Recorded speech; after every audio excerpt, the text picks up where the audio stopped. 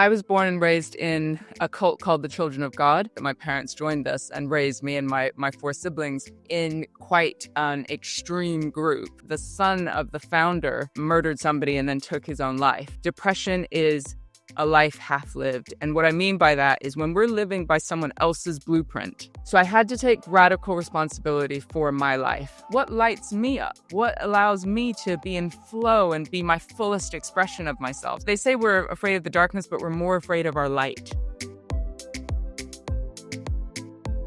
Well, Petra, thank you very much for joining me on Success Matters. I came across you through a talk you did at our workplace, a team talk, and I was fascinated by your journey. So I'm really, really pleased that you agreed to join us on Success Matters. And there's many, many hats that you wear. You're a TEDx speaker, you're a psychotherapist, you're an author, you're a coach, so many things. Where do we even begin with the conversation? But you started by saying, that you were brought up in a cult. So let's start with that. What sort of cult was it? Where was this? And how did your parents end up joining this cult? Well, that's a question I'm still trying to figure out. But people join cults for all sorts of reasons, right? I think my mother was 17. My stepfather, who I grew up with, had 2 young kids and his wife had passed. And I think he joined originally because of her. So I was born and raised in a cult called the Children of God. I guess a lot of cults sort of sparked up in the late 70s when there was a lot of counterculture and people were trying to live differently or more meaningfully, sort of a reaction to the Vietnam War and things that were going on. This is me having great empathy for the fact that my parents joined this and raised me and my 4 siblings in quite an extreme group. But what people don't realize is when you're born into something, it's not all every day some extreme stuff, right? You're waking up and you're part of a commune and you're playing your part in the machine. You know, you've got a shared purpose, you've got connection. And it's interesting these days, if I tell people I was raised in a commune, they sort of lean in because they're like, ooh, where is it? Is it still existing? Right? Because I think people are lonely and they're looking for other ways to live instead of sort of being isolated. But of course, if I say I was raised in a cult, both of these things are true. They sort of lean back and think, oh my God, like what they think of the worst cases of violence or whatever conjures up in their mind, right? Mm-hmm. Yeah. And I guess there were 2 key things that maybe were defining within the cult, if we were to simplify it. One was we didn't go to school. So we were homeschooled, but very much in a read all the propaganda kind of way, rather than anything not deemed sort of, I guess, religious to them. And then the other one was that the world was going to end every 3 years or so. And then when it didn't, then there would be a new narrative of why it didn't. So, I mean, that was my childhood, to give you just a starting point, I guess. Okay. And I suppose when you're born into it, of course, no different, right? There's no other reference point for you. So to you, it's normal. To me, it's so normal. And the narrative is very us versus them, which is quite normal of sort of cults or extremist groups. And so you wake up, you actually are raised thinking you're special and you're chosen. And so it's actually a very interesting kind of place to grow up as a child, because when you leave and you realize, oh, I'm just one of many. I'm not special or chosen. I'm just an ant in the, great anthill of life, right? And many of us spiral into depression and all sorts of things. And partly that's the reason, of course, amongst other things. Right. And so how did you, well, actually, you said you kind of traveled in a number of places, Brazil, India, Kenya. How did that happen? Did the cult send you to these places? Was it just something your parents decided to chop sticks and go? So there were over 10,000 people in this cult. So it wasn't just one commune. It was communes all over the globe. So you would move from country to country. And I guess the premise from a kind of Christian perspective was, which drew lots of my parents and their generation to the cult, was they thought the church was doing it wrong. They thought everyone was just giving money to the church and they were staying still and not practicing what they preached. And so if you wanted to take action and do something and create change, this was kind of intriguing, right? So this was part of, I guess, like missionaries kind of going out into the world to support underprivileged or to do good work in the world. But of course, the bigger the communes got, the more resources were needed simply to keep the communes going. And so what often happens is the belief system doesn't start out as something really horrific. It starts as something kind of purposeful and meaningful. And it's over time, in order to keep big groups of people, I guess, in line and following the rules, and that being us versus them, and not polluting the kind of ideology. That's when the control and the ideologies become much more coercive, I guess, and extreme. But you're right. Growing up in it was just like, this is normal. It was normal to me to spend Christmas Day in an old people's home or with street children or doing a project that was, that stuff was just normal to me, as far as we were always meant to give back and think of other people before ourselves. So, I mean, those are decent values to an extent. But of course, over time, that's all you were allowed to be. And if you had any other aspirations or thought any differently to the group, that's when people got punished in horrific ways, sort of shamed and made examples of, or left. But then my generation didn't have an education. So what we would be disowned and what were we leaving to? So you can see just so many pieces, I guess, that make up the story. Yeah. So how did you actually manage to leave the cult then? So, first of all, I guess the cult leader died when I was 13. And so his wife and her husband sort of took over, her lover, like, it's complicated. They sort of took over. They thought, well, in order to keep people together, we're going to be more radical, but we're going to give them some freedoms. So we no longer had to live in the types of cults that we lived in. So we had a little bit more freedom to do things in a different way. And so for me, I learned really early on to lead a double life. And so on the one hand, I actually could speak the cult language and was trusted, and actually sort of helped with youth camps and was trusted and with responsibility. And on the other hand, one of my sisters had left as I was a teenager, and I would kind of visit her or stay with her. And so the other part of the double life was just hedonistic escapism, right? Drugs and alcohol, and just like feeling this overwhelm of pointlessness. But of course, not having the language or the bravery to actually kind of get up and slam the door, as it were, and leave. But also what people don't realize is it's not the same as prison. It's not like you escape the walls and you're good. Like, our prison is up here. That's the tricky thing. And so they'll be like, you can go do whatever you want. And then if life becomes hard, the narrative is God's punishing you or something's wrong. And so to the extreme where the son of the founder actually ends up, well, it's all over YouTube, but murdered somebody and then took his own life. And his own mother ends up talking to our generation saying, see what happens when you don't follow God and don't follow what our teachings are. Like, her own son, right? Right. Yeah. Mind-boggling. And so I guess the double life ends up meaning that I start, I want to say dating loosely, but like partying with my now ex-husband. And I become pregnant with my son. And he, respect to this man, for this thing anyway, he says, come move to London and let's kind of figure this out. So that was my kind of, I guess, transition on the outside to stepping away fully. Right. Okay. So I think in one of your other talks, you talk about pregnancy was actually kind of like a savior to you from the cult, because it gave you that opportunity to move out and move away from that culture.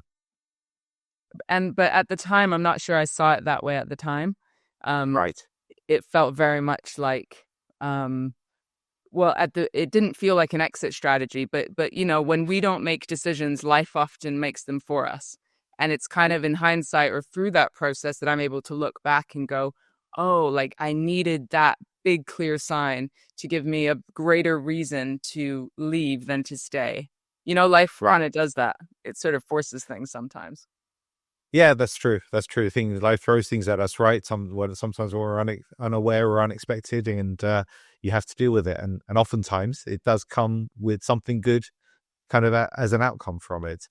You said that the walls, it's not like a prison. The walls aren't physical walls; they're in your mind. So I'm I'm assuming, I'm making an assumption here that those walls still exist in your mind to some extent. Um, I think I can confidently say no, they don't. But Okay, that's 20 years later, right. right? So that's a real journey of working on my mindset, working on my the physical traumas, working on letting go, like not obsessing or being a victim of the past or blaming. And there's been stages of all the stages of grief in a way where you have anger and disbelief, and you've been lied to, and lots of things can come up. But yeah, I really don't think they're in my mind anymore, which is pretty cool to say. That is cool to say. Yeah. So for how, I mean, if someone is listening to this and they're either stepping out of a coercive relationship or a cult type of situation, how did you kind of address that and manage to break down those walls? And what advice would you give to someone in a similar situation now? Great question. I guess firstly, it got worse before it got better. And so, very much, I think we've discussed before that, when you're in a toxic environment, that's often not when you're feeling all the feelings or letting the trauma out, because it's probably dangerous to do so, right? You'll get fired or you'll get kicked out or you'll get punished. So, you've got to just remain, follow the rules, right?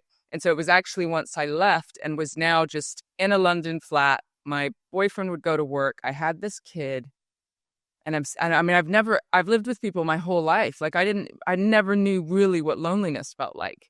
And so, right? I mean, that is stark when you have lived with 80 people your whole life. It is stark to then sit there with this child. Anyway, so for me, the short version is I spiraled into depression, alcohol addiction, and eventually got to some rock bottom moments where I thought ending my life would be a favor to my kids. I then had two. Um, and it's funny how your mind can play tricks on you.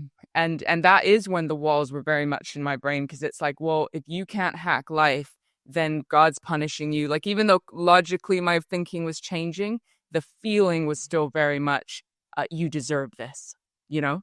Um, and so for me, I had to get to that worst place to then sort of wake up. And my ex-husband was like, you've got to get help. Like, something's got to change. I put myself and my kids in danger several times. So it was repeated, just misery, just really awful. I was, and I would surround myself with people that could echo how miserable life was. You know how when we want to be miserable, we're like, and I grew up in a cult, and they'd be like, oh my God. And they'd be like, let's drink some more, So I ended up going to AA. For me, alcohol is a depressant that just made everything worse. And I've been sober now for 16 years. Um, Wow. and so, but the thing I learned from AA, and I don't go anymore, just I don't feel it's supportive now, but it was in the first sort of 5 years. I learned how to be honest and how to be accountable. Because at first I watched other people be honest, and I was like, oh, you can just say what's on your mind? What? Right? And it was messy and it was gritty, right? And then accountability was like, if you felt like you were going to slip or have a drink or whatever, you got used to calling someone. You didn't know them. You met them a few times at a meeting and you just called them, and they were cool. They were like immediately like, just tell me everything, you know? Right. So you end up building this little community. Um, an advice I would probably give is the most significant thing is I used to have this screensaver on my phone that said, the best revenge is living a good life. Okay. And because it was like, what do I do with all of this? Right. And I was like, well, maybe it's to be a better person and to educate myself and show them they don't care, but show them that they haven't won. Right. So I'm not saying this is healthy fuel, but it was the fuel at the beginning. Right. I no longer have that on my phone because I don't need it. Right. I don't need revenge. Right. I don't care. Yeah. But at the time, it got me to wake up and just do one small thing that could shift my life. And really, I gave myself this year's deadline for some reason. And it's a dark deadline because my deadline was, in 1 year, I will take my life if this doesn't work. Right? Oh, wow. Yeah. And again, this is not advice to people, but it was stark. But what it made me do was go, okay, my parents and the cult are responsible for a hell of a lot. I am now responsible for these two kids. I have kids now. I am now becoming the perpetrator, right? And so, like, at what point are you the victim, and at what point do you become the perpetrator? So I had to take. I just mean about drinking and mood swings and these sorts of things, right? Um, so I had to take radical responsibility for my life. And this wasn't the language I would have used at the time, but that's what it was. It was like, okay, it's on me. This bit is on me. And I see so many people going, "Yeah, but my workplace this, but my parents this, but my boyfriend this, blah, blah, blah, blah, blah." We all have the reasons, and they're probably true and valid. Mine certainly were. But so what? Like, what are you going to do with your one life? And which bit is your responsibility? So I think I just had to nurture that mindset over and over and over and over and over. And I started with things like writing down one thing I was grateful for. Basically, in this year, I just wanted to experiment with things. And I think we need more of an experimenter's mindset when it comes to our well-being and adjusting our life in those times where we reflect, right? Yes. So it's on you, work on your mindset, and just educate yourself, because for me, education, like, truly has been the window to opportunity, and people don't appreciate education. But I certainly do. Yeah, that what you say there about education is so true. And actually, I'm an advisor to a charity where that's kind of our motto, that education opens new doors for people and opportunities. So very, very much in line with that. And actually, talking of education, you said that you first stepped into a classroom at the age of 24. So how was that experience for you, of going into a classroom when you'd been homeschooled or schooled within the commune? Um, so I may have lied about things to get in certain things. Okay. um I think I learned how to hustle my way in and not follow the rules a little bit. But the Right. UK is a wonderful country, because you can start at foundation level and build your way up in a particular skill, whereas in the US, you've got to take your maths and your science and all these things before you get to specialize. And so for me, I've never taken a math lesson in my life. I run a business. Thankfully I have great accountants and support. But like, I got stepping into a classroom was just surreal. Like, it was a mix of magic, because I am a nerd at heart. I am a nerd at heart that was not able to receive what I needed as a child. And so the nerd in me was just like, oh my God, learning, right? Yeah. And then the really insecure, awkward addict person was like, "Oh, this is terrifying, and everyone knows more than me." Yeah, so it's a paradox. Right. Yeah. I mean, I suppose that latter part is often a paradox anyway for people, right? That you go into an environment and you think, oh, everyone knows more than me, and, woe is me. But the nerdiness is really cool, because, yeah, I'm also a nerd. And so, like you, I've got a whole bunch of books that are kind of sat there I love to read. And um, it's just learning almost for the sake of learning. I like doing that. I just like to learn. I love that. So, you also talked, when we were preparing for this, you said something as well, which really struck a chord with me, which was, um, depression is a life half lived. So going back to what you were saying about, the dark space you found yourself in, did you realize at that point that kind of saying was playing there, or how did that come about? No, and most people don't when they're in the thick of depression. Yeah. And we have a medicalized approach in the world that is about chemical imbalances, and antidepressants are just given out like candy to people, Hmm. right? And I'm not saying people don't have clinical depression. That exists, and certain people do have a chemical imbalance. But you have to think of it like a continuum in a way, right? And so for many of us, a massive proportion of society who is claiming to be depressed or anxious, in my opinion, as a therapist and a coach who's like seen hundreds of people and experienced it myself, Johan Hari talks about it as well in his book, Lost Connections. Um, Depression is a life half lived. And what I mean by that is, when we're living by someone else's blueprint, Just think of society, families, even our education structures. You should reach this point, reach this point, reach this point, right? The amount of people who have come into my office as clients and have said, but I just haven't reached that point. Therefore, I'm miserable, right? Mhm. And I'm thinking, or who've never asked themselves the question, what do I actually want? What lights me up? What allows me to be in flow and be my fullest expression of myself? We're afraid. They say we're afraid of the darkness, but we're more afraid of our light, right? Yeah. Like, imagine if I stepped out of the tribe, right? And like really was myself. Terrifying. I'll be ostracized, like everything in our lives, like including distractions, numbing, shopping, consumerism. Like there's so many things that just keep us like, it's okay. Think about that tomorrow, right? Um, yeah. So I completely echo it. I didn't know it at the time. These life lessons happen over time when you prove something else. You prove a different version of events. Yeah, and it's often difficult to, as you say, when you're in depression or you're depressed, you can't often see outside of that. That becomes kind of defining of you. But also then to step back and say, actually, I've learned a lesson along the way, and I'm now going to kind of bank that, and I'm going to build on it. That also takes a lot of skill, I think, actually, and a lot of mental agility to be able to build upon all of those experiences. So you said you wrote down, things you were grateful for in that when you're in that dark space. Is that something you recommend to people that they do, like journaling and to help build that bank?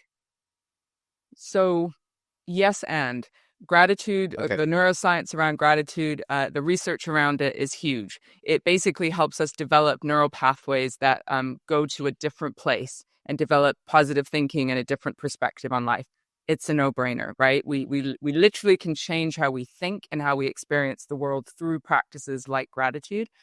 But at the same time, I never want to be prescriptive and say, you must do this now, right? I think what we need more of is people who learn to think for themselves, who learn to reflect on their own body and what they need, and begin to experiment and practice with what works for them. So there's stages in my life where I'll still do a gratitude, like I'll write down 3 things or I'll say them, but I don't really need to anymore because my perspective has shifted. There's stages in my life where I meditate a lot. There's other stages where I do high intensity workouts, and that feels really good, you know? So all of the advice, it's like, how do I experiment with this and apply it to where I am in my life? Just don't bullshit yourself. Right. Yeah. That's fair enough. So as you know, this podcast series is about success. Success matters. How would you define success? Success is definitely freedom and joy to me now. That's how I Freedom and define joy. it now. Freedom and joy. So freedom is like I can adapt my schedule to suit my needs. I can spend time with my kids when I want to. I have autonomy in my life. So that was what freedom means to me. And like to look back on your life, at the when you're many years from now on your deathbed, right? And I sometimes do the death exercise. Have you ever done the death exercise? The death exercise being on your deathbed. What do you want people to say about you? That Well, exercise. yeah, but that's a little bit like what you want them to say. But say you're on your deathbed many years from now, right? And you're looking back on your own life, right? Yeah. What are the things that you remember that mattered to you and that make you personally think, that was a good life? Right. Yeah. Subjective. It's very deeply personal, right? Um, that's the source, right? That's the secret sauce of success. Whatever you imagine, you'll look back on. So for me, spending time with my adult children, who, let's be real, could have been taken away from me by social services. Like that's the level we're talking about. I get to see healthy, smart, beautiful children that I have a great relationship with. That's success, right? Yeah. That we can talk about generational trauma and actually work through things in an honest way. Oh, that's success, It's not perfect, but it's fulfilling and it's successful. And I also want to have you read the book The 11 I'm going a bit morbid today. It's The 11 Regrets of the Dying. There's a book. I haven't read that book. No. It's so good. But there's 11 things. This woman worked in palliative care, where of course she saw many people who were at the end of life, right? And of course, the things people regretted was that they weren't their full selves. They weren't brave enough to fully be themselves. They didn't express their love fully, right? Because we get really embarrassed and shy. Among other things, nobody said, "I wished I worked more." Yes. You know what I mean? So these sort of classic Yeah. things. But I will say that achievement has been very important to me. And when my first book came out a year ago, I mean, that for me, Sanjay, when I remember the thing about education, when I was Yeah. 13 was the first time I got a library card. The first Yeah. one. Mm-hmm.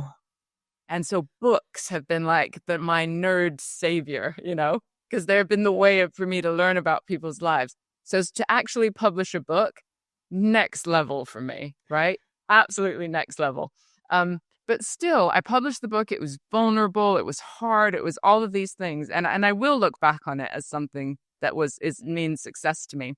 But still, 6 months later, you're like, what's the next thing I have to do? Right?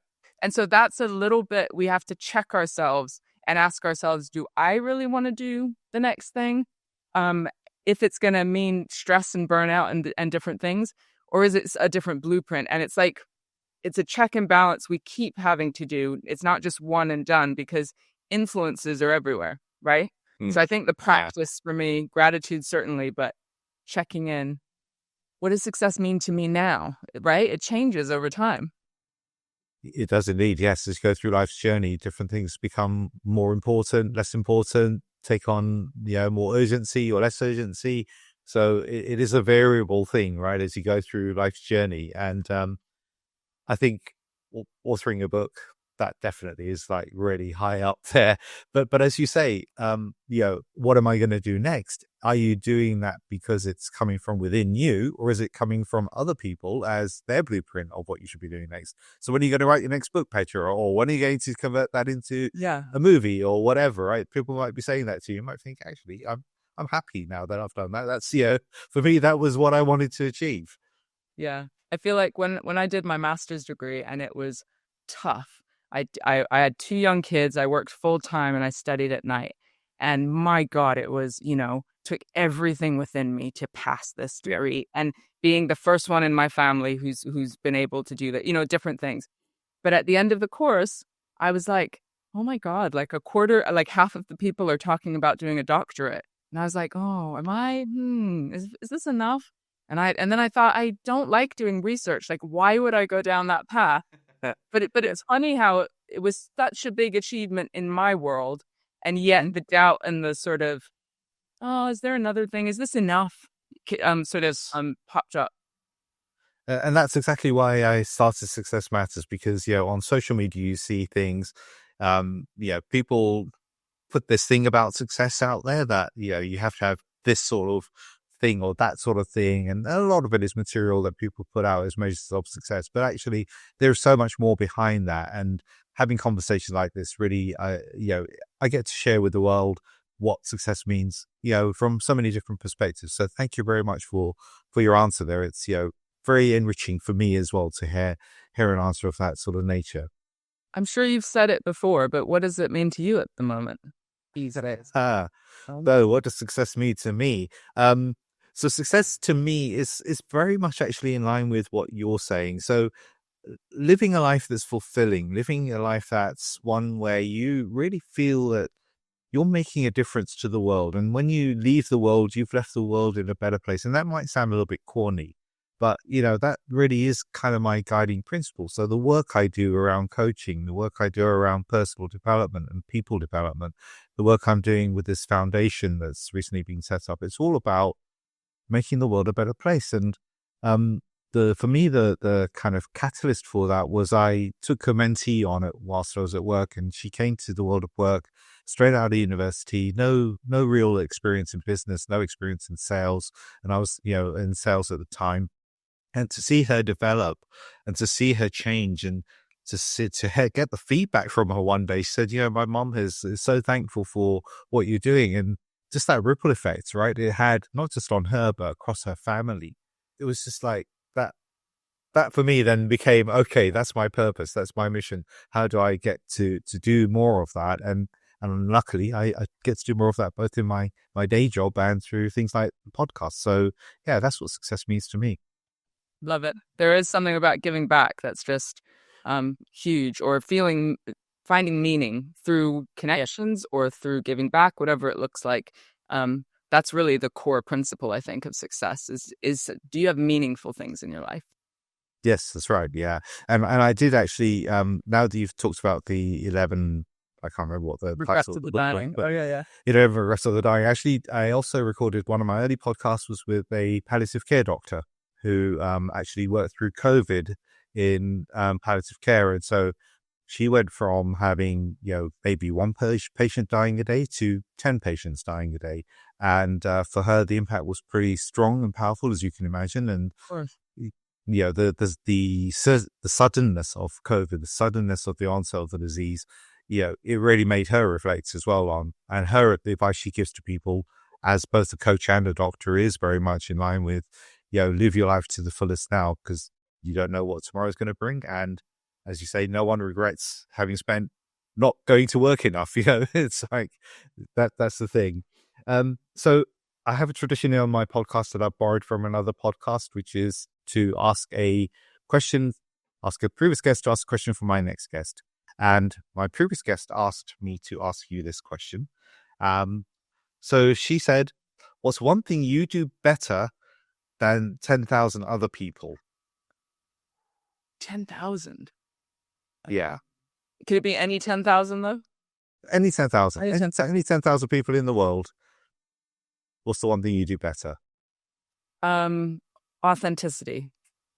Authenticity. Definitely, but then not 10,000 of my peers, but like 10,000 people, because I think the world is riddled with people who are not their true selves and are not showing up as they could be or they want to be. And that's not to say that I'm always, 100% like a shining light in authenticity. We all go through our stuff.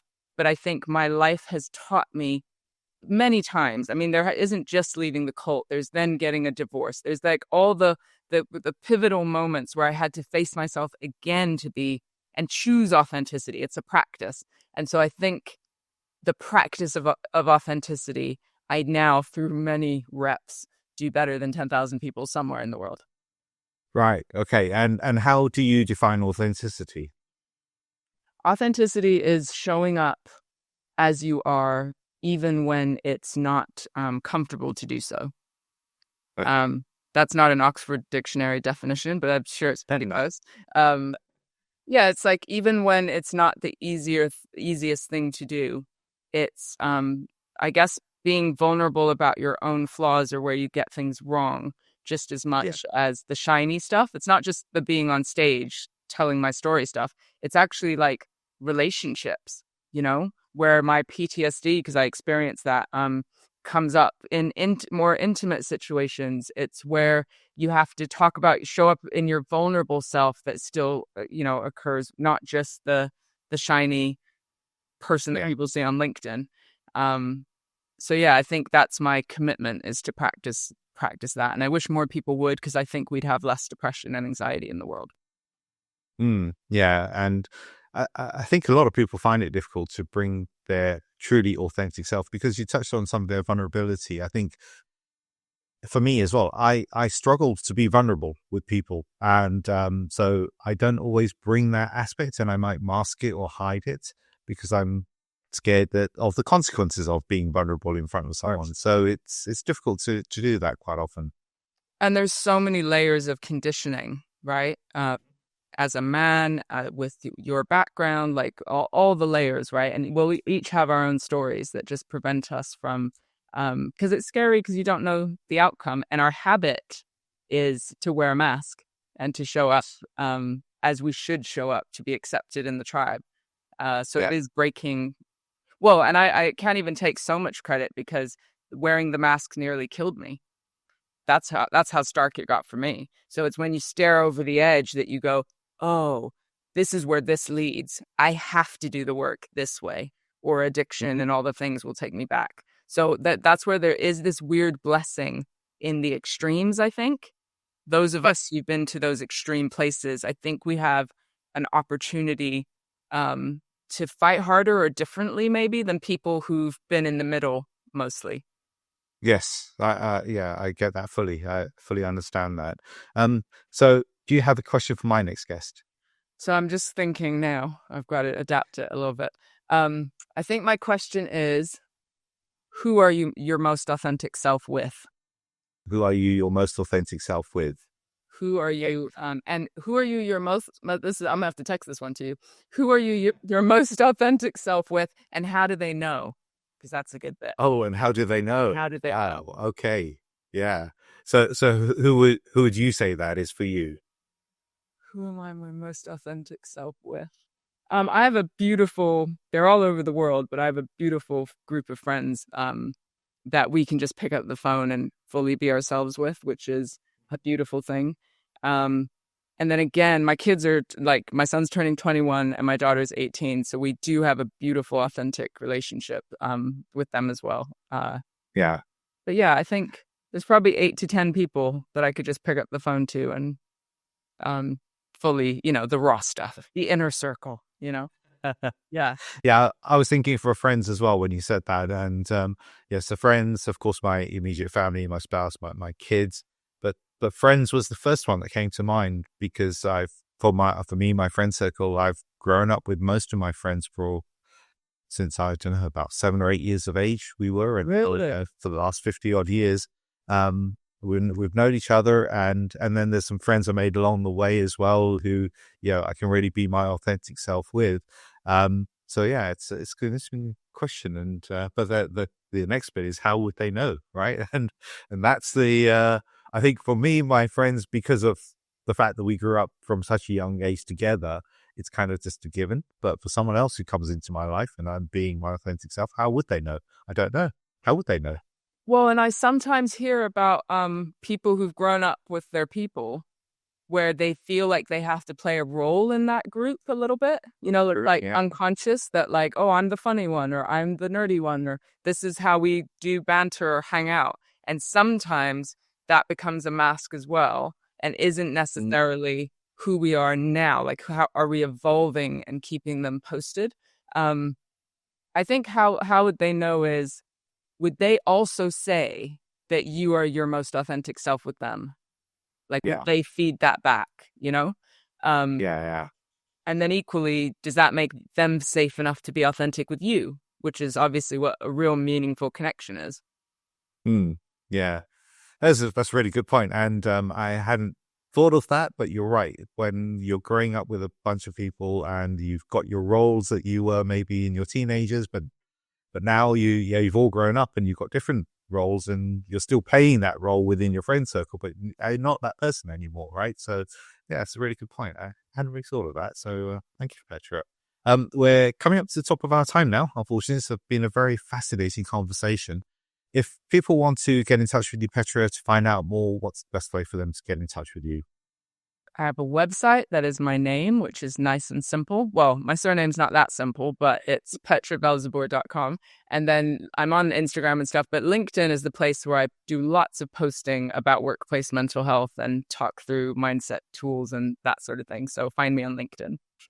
Okay, cool. Well, it's like I said, it's been a fascinating conversation. Thank you very much for taking part in Success Matters. Thanks so much. To find your success, contact me at info@successmatterscoaching.com. That's info@successmatterscoaching.com.